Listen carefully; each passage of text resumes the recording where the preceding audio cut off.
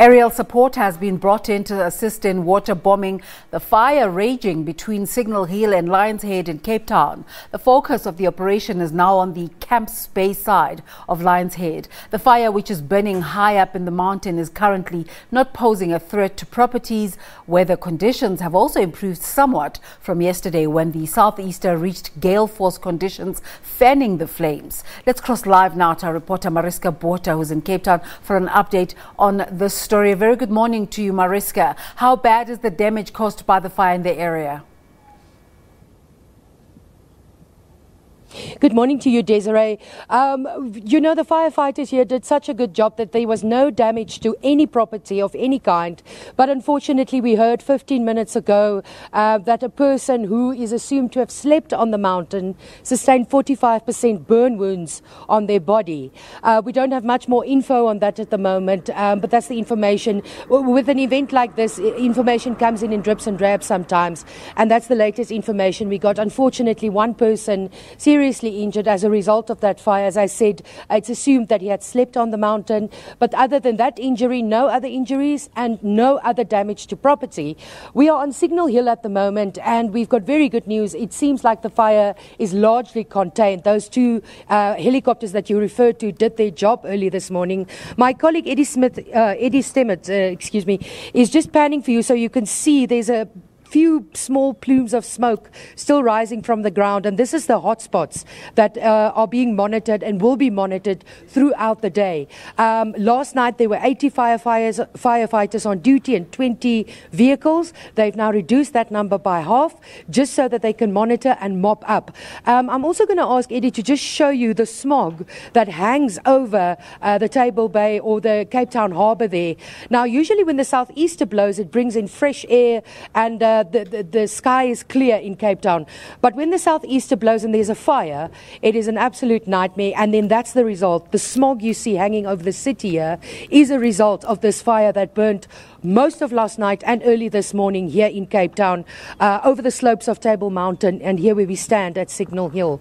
But very good news now, the fire has been contained. There's a slight breeze now, and of course there is hopes that that wind will not pick up again, because if it does, then there is a real threat that the fire could reignite because of these small little pockets of plumes of smoke that we see.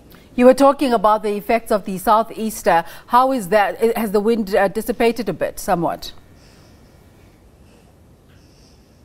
It has dissipated. Last night, I took a drive to the area that was burning, and my colleague Iviwe Poti also did a report last night. She was on scene, and that wind was absolutely howling. I thought definitely for sure we were going to see the damage of a few homes, but luckily that wind died down in the early hours of the morning, around 3-4 o'clock, and that significantly changed the situation for firefighters, and that also meant that 2 helicopters could be brought in this morning to water bomb that fire on the slopes of Table Mountain, because it's very difficult to access. It's a very high incline. It is a mountain after all, so firefighters can't really get there. But with the aid of those 2 choppers, it seems that they've brought this thing under control, and they will be monitoring throughout today. Mariska, I know a lot of people like to go up the mountain. How has this affected activity in this regard? That's a very good question. Actually, this morning we were in another spot about half an hour ago, and we saw people running on the mountain again. Of course, this mountain is used by so many people for so many different things, and especially those that are very healthy run up the mountain and around the mountain. And we saw people with their dogs walking again there where it burnt, maybe just to have a look. Maybe they were a bit curious, but we did see joggers. So people are back on the mountain again, using it for what they usually do. But this side where we are here, on the road, this leads all the way up and around the bend to Signal Hill. The cars are not allowed. We were given special permission to come here, but otherwise on the other side of the mountain, things have basically returned to normal. Mariska, the issue of fire in Cape Town, whether it's natural fires or man-made fires, continues to be a conversation. What are officials saying to make people aware of how to react to the outbreak of fires? You are absolutely right. We are now smack bang in the middle of fire season in the Western Cape, and it's been a very, very, very busy time. We covered the fires in Hermanus a few weeks ago, where there were 3 separate fires over a stretch of 100 kilometers, and this is the first big fire that we've seen on Table Mountain, close to residential areas this year.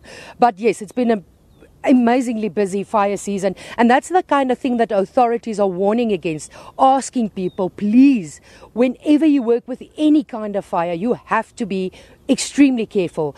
And that wind we were talking about and the smog we showed you this morning as a result of that fire, if the southeaster is blowing, there's no making fire anywhere. That's the kind of message that they want to get across, is that people should be extremely careful with whatever they do, because as soon as that southeaster starts howling, it's basically game over and the fire will start running. So definitely the message is be careful, be aware, report fires as quickly as possible, because if they are reported early, they can be seen to early. There's also a fire still burning at the moment on the Grabouw side. That's on the N2 towards the Eastern Cape. On the other side of Soloris Pass, that is also still burning as far as we know. So it's definitely been a very active and busy fire season thus far. Thank you so much for that update.